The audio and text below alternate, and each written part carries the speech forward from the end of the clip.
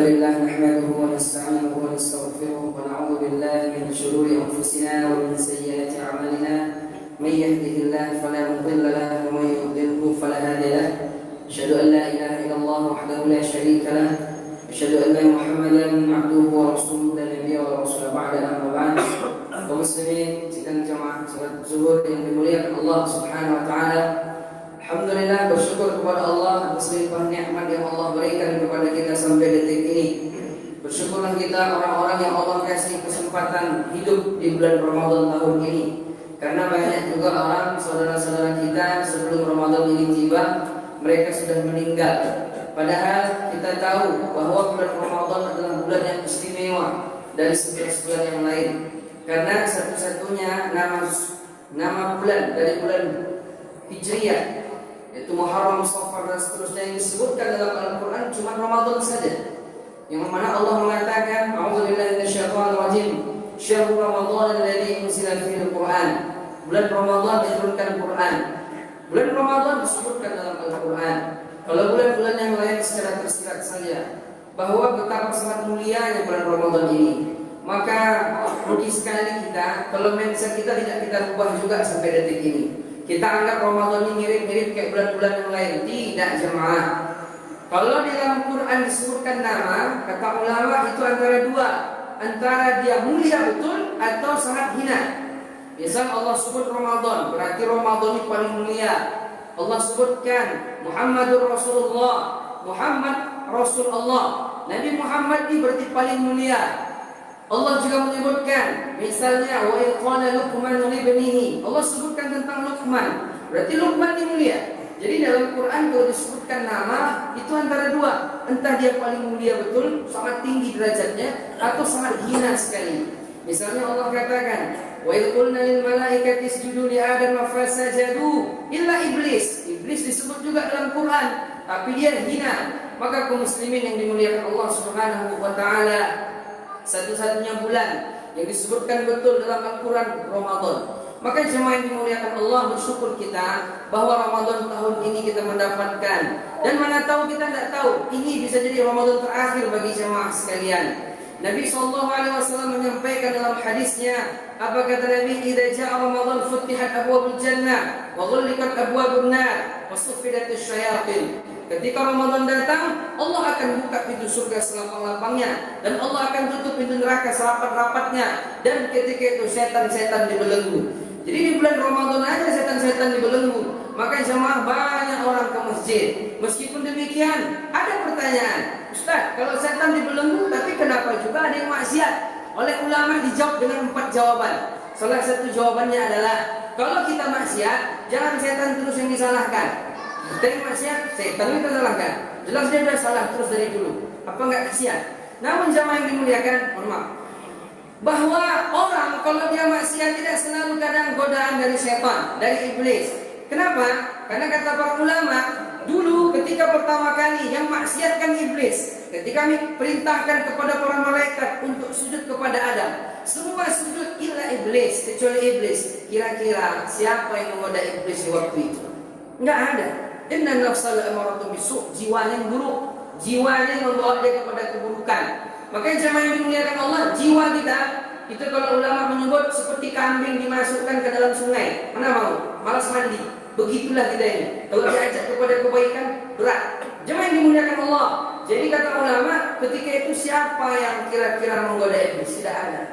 Maka tidak selalu kadang maksiat itu murni dari godaan. Tapi kalau orang maksiat itu sudah berkarakter dalam dirinya, sudah sering-sering dilakukan, sehingga maksiat itu menjadi karakter, ini yang berbahaya. Sebagaimana yang mengatakan, kita ini kalau dilatih sesuatu itu berproses. Pertama terpaksa, kemudian dipaksa, kemudian terbiasa, kemudian berkarakter. Maka hati-hati.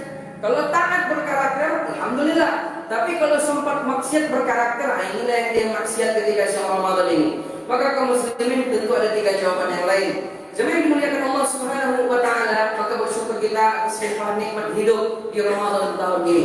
Salawat dan salam semoga tercurah kepada baginda Rasulullah Muhammad sallallahu alaihi wasallam. Kaum muslimin yang dimuliakan, hari ini mungkin ada yang sudah puasa 2 hari, ada yang sudah puasa 3 hari. Kaum muslimin yang dimuliakan Allah, tentu pembahasan puasa ini tidak asing lagi sama kita. Namun jamaah kata ulama, ilmu itu diulang. Kalau awal belum ilmu lagi. Kalau pertama penyampaian disampaikan, kita belum ingat biasanya. Tapi kalau sudah diulang baru dia masuk. Makanya ada penelitian orang Jepang kalau kita ngomong sama dia 7 kali diulang baru dia paham. Tapi kalau orang Inggris 2 kali. Adapun orang Indonesia 33 kali. Lupa kita memang. Jemaah dimuliakan Allah Subhanahu wa taala. Di antara amalan-amalan andalan di bulan Ramadan kita paham. 1. Tarawih. 2. Iktikaf nanti 10 terakhir. 3. Di antaranya adalah sedekah. Man fattara shaiman falahu ajruhu min ghairi an yanqusa min ujurihim syai'a. Rawi Tirmidzi. Siapa yang ngasih pembukaan takjil kepada orang yang berpuasa, maka dia akan dapat pahala dari orang itu tanpa mengurangi pahala dia sedikit pun juga. Ini harus cerdas kita. Jangan kita yang makan. Kalau bisa orang yang mencari, orang yang kita cari untuk makan harta kita. Dalam Islam itu begitu. Bukan orang mencari kita, tapi kita yang mencari orang. Kenapa? Kita butuh pertolongan Allah. Wallahu fi 'aunil 'abdi, maka al-'abdu fi 'auni akhi. Allah akan menolong seseorang selama dengan syarat dia tetap menolong orang lain. Berarti kita yang mencari orang untuk ditolong agar Allah tolong kita. Kaum muslimin itu jelas, tapi ada satu yang kayaknya kita agak lalai, yaitu baca Al-Quran. Di antara amalan Anda di bulan Ramadan adalah Al-Quran. Dan Al-Quran ini adalah mukjizat khalidah, mukjizat abadi sampai akhir zaman. Dari sekian mukjizat Nabi, mukjizat yang paling besar adalah Al-Quran. Ketika Quran diturunkan lewat malaikat Jibril, maka malaikat Jibril adalah malaikat yang paling mulia dari sekian malaikat-malaikat yang ada. Ketika Quran diturunkan kepada Nabi Muhammad, maka Nabi Muhammad adalah malaikat Nabi yang paling mulia dari sekian nabi-nabi yang ada. Jumlah nabi 124.000. Dari 124.000 ini Rasul 315. Setiap nabi belum tentu rasul. Setiap rasul pasti nabi. Berarti rasul lebih tinggi derajatnya. 315. Dari Rasul 315 diambil Rasul Ulul Azmi yang betul-betul berat ujian mereka dan kuat azam mereka. 5. Musa, Isa, Nuh, Ibrahim, Muhammad SAW. Dari yang 5 ini Ulul Azmi dipres lagi sama Allah. Ada namanya Khalilan, 2 yang sangat-sangat dekat, yaitu Nabi Muhammad dan Nabi Ibrahim alaihissalam. Sehingga Nabi Ibrahim disebut-sebut dalam salat kita. Kita sebut Allahumma sholli ala Muhammad ala Muhammad kama shallaita ala Ibrahim wa ala ali Ibrahim. Lalu dari 2 khalilan dipres 1 Nabi Muhammad sallallahu alaihi wasallam. Nabi-nabi lain alaihi salam. Nabi Muhammad beda sendiri sallallahu alaihi wasallam. Ada 2 sebab paling tidak kenapa demikian. Kaum muslimin, ketika Quran diturunkan kepada Nabi Muhammad, maka Nabi Muhammad Rasul Nabi yang paling mulia dari yang lain. Ketika Al-Quran diturunkan kepada para sahabat, maka para sahabat generasi terbaik, kata Nabi, khairul qurun qabli, tsumma alladziina yalunahum, tsumma alladziina yalunahum. Sebaik-baik generasi-generasi aku.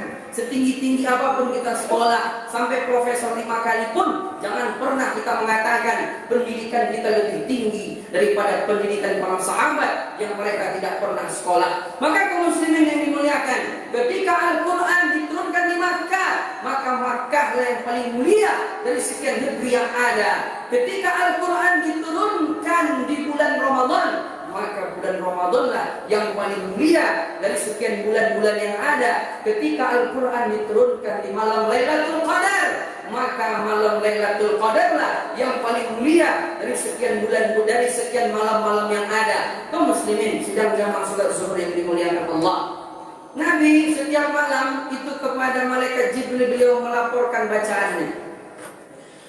Para salafus saleh, para sahabat, tabi'in, tabi'ut tabi'in, bulan Ramadan ini sibuk mereka baca Al-Quran. Jangankan Ramadan, kemarin saja bulan Sya'ban, contohnya Amr bin Qais, dia disebutkan dalam salah satu riwayat, idza dakhala syahru Sya'ban, aghlaqa hanutahu wa tafarraq bi qiraatil Quran. Ditutupnya tokonya, dia menyendiri untuk baca Quran. Bulan Sya'ban, apalagi bulan Ramadan. Namun jamaah kita tidak mungkin seperti itu nampaknya, apalagi awal ini. Itu boleh tidak di Ramadan kali kita. Tapi jamaah meskipun tidak bisa begitu-begitu, paling tidak kita sisi-sisikanlah waktu kita. Imam Qatadah, seorang ulama tabi'in, dia kalau di luar Ramadan dia menghatamkan Quran 7 hari sekali khatam, seminggu sekali khatam, seminggu sekali khatam, sebulan 4 kali khatam. Ada namanya Al-Aswad 2 hari sekali. Imam Qatadah di luar Ramadan khatam 7 hari sekali. Kalau Ramadan masuk 3 hari sekali dia khatam 10 juz sehari, dinaikkannya. Ketika nanti 10 terakhir dari bulan Ramadan, Imam Qatadah dia khatam sehari sekali. Jadi sehari 30 juz. Bapak-bapak siap nggak sehari 30 juz? Kayaknya setengah juz sudah baru. Nah ini perlu evaluasi. Karena jemaah kita kalau makin tua ini kan kesempatan beribadah makin tak ada lagi, makin lemah. Jadi makin tua umur makin dikit, tapi amal makin banyak. Nampak-nampaknya yang paling efektif untuk penunjang amal yang di waktu muda dulu tidak jelas kemana bapak-bapak ibu-ibu, lalu tua-tua begini tobat, sadar ke masjid, alhamdulillah daripada tidak. Maka penunjang terkuat untuk beribadah adalah baca Quran. Kalau sholat lutut tidak kuat, kalau bersedekah belum tentu hati, belum tentu lapang rezeki. Kadang lapang rezeki, hati tidak lapang, susah juga bersedekah.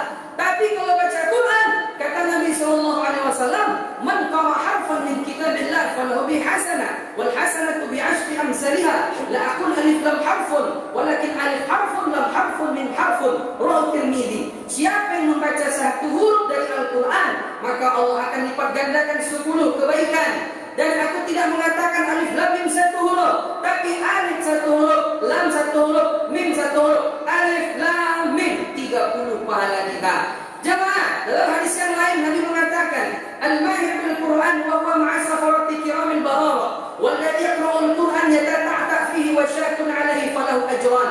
Apa kata Nabi? Orang yang pandai baca Quran, nampak ada ustaz kita mantap-mantap qiraahnya, tahsin tajwidnya jelas, kha-nya jelas, ha-nya jelas. Kalau kita belum begitu jelas, belum begitu pandai, kata Nabi orang yang pandai baca Quran, mantap tajwidnya, mantap tahsinnya, dia dengan safarati kiramil bararah, malaikat. Adapun orang yatata'ta fihi wa syakun 'alaihi falahu ajran, yang susah payah, lidahnya payah mengeja, tapi dia boleh bisa dikit dibacanya juga, dapat 2 pahala. Jadi kalau orang pandai baca Quran, dibacanya alif lam mim 30, alif lam mim 30. Tapi kalau yang enggak pandai-pandai, maksudnya dia terbata-bata, baru pandai dikit tapi semangat baca Quran, dikali 2, berarti 30 kali 2 60. Yang tak pandai 60, yang pandai 30. Berarti kira-kira kena yang mana ini? Bapak Ibu mana posisinya ini? Tapi orang yang tak pandai ini biasanya wa ulaika humul muflihun, shadaqallahu azim. Cepat dia tutup Quran dia. Tapi yang pandai-pandai ini sekali dulu 2 juz. Apa payah-payah dari 2 juz sejam cuma itu. Jemaah yang dimuliakan, maka daripada itu tetap banyak kebaikan. Kenapa 2? 1 pahala baca Quran, 2 pahala sungguh-sungguh dia patah-patah lidah tetap juga dia baca Quran. Soalnya orang yang pasif-pasif baca Quran ini pun malas juga dia baca Quran. Paling-paling baca Quran pas pembukaan acaranya. Sisanya harus baca Quran lagi. Maka jemaah yang dimuliakan Allah Subhanahu wa taala, ini bulan Ramadan ini jangan sampai enggak khatam ini. Minimal sekali ini. Makanya jemaah, Allah kasih kita waktu sehari 24 jam. 24 jam itu kalau dimenitkan 1440 menit. Bayangkan Pak, 12 jam kali 2, 24 jam. Itu berapa menit? 1440 menit. Kita ambil aja 30 menit, itu 1 juz itu. Jadi 1410 itu terserah mau kemana. Tapi yang 30 menit itu baca Quran. Menurut penelitian, Indonesia ini juara 3 paling suka lihat HP sedunia. Sampai orang-orang Arab buat lagu Indonesia. Logat Arab tapi lagu Indonesia.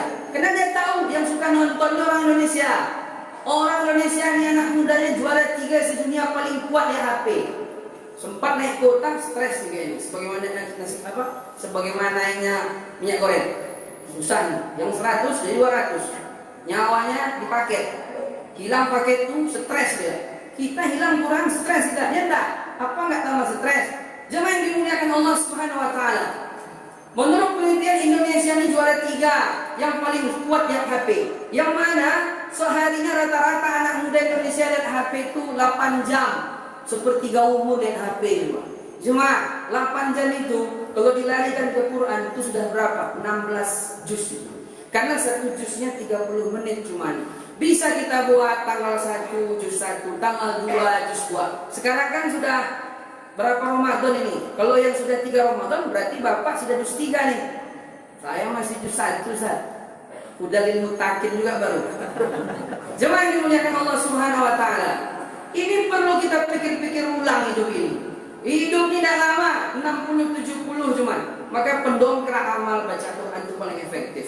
Banyak orang tidak bisa sholat, banyak orang tidak bisa puasa, banyak orang tidak bisa sedekah, banyak orang tidak bisa haji. Tapi kalau baca Quran insya Allah bisa. Maka kata Utsman bin Affan, "Lau taharat qulubuna ma syabihat min kalamillah." Kalau hati ini bersih, kita tidak akan pernah bosan dari membaca Al-Quran. Ustaz, saya baca Quran ini 2 lembar udah bosan saya. Kenapa? Bapak banyak dosa. Jadi ibarat penyakit sudah kronis, dimasukkan obat, dia pusing.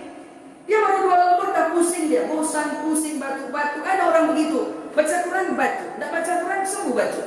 Baca Quran ngantuk, tidak baca Quran melek matanya. Itu setan. Maka daripada itu sama kayak kita minum obat. Kalau kita umpamakan kayak minum obat, ini penyakit sudah kronis, diminum obat herbal. Kata dokter herbal, nanti pertama minum obat tuh biasa pusing-pusing, jerawat keluar. Itu awal-awal, biarin aja. Itu namanya proses pembersihan toksin. Kita ini penyakit dosanya sudah banyak. Baca Quran 2 lembar pusing, soalnya itu proses pembersihan toksin. Nanti kalau udah lewat 2 juz, 3 juz, itu udah enteng aja nanti. Mulailah merasakan kenikmatan baca Quran. Maka kalau 2 lembar bosan, 3 lembar bosan, paksa. Karena proses pembuangan toksin. Maka paksa sampai 3 juz, nanti akan terasa nikmat baca Quran. Jemaah, 1 juz itu sehari sangat mudah. Habis sholat subuh 2 lembar, habis zuhur 2 lembar 4, habis asar 2 lembar 6, habis maghrib 2 lembar 8, habis isya tarawih 2 lembar 10. Sementara 10 lembar itu 1 juz. Maka jangan sampai bapak-bapak, ibu-ibu cari dunia Quran lupa. Kata Ibnu Mas'ud, siapa yang tahu, ingin tahu dia dekat apa jauh dari Allah, maka lihatlah baca Al-Qurannya. Cukup sekian. Assalamualaikum warahmatullahi wabarakatuh.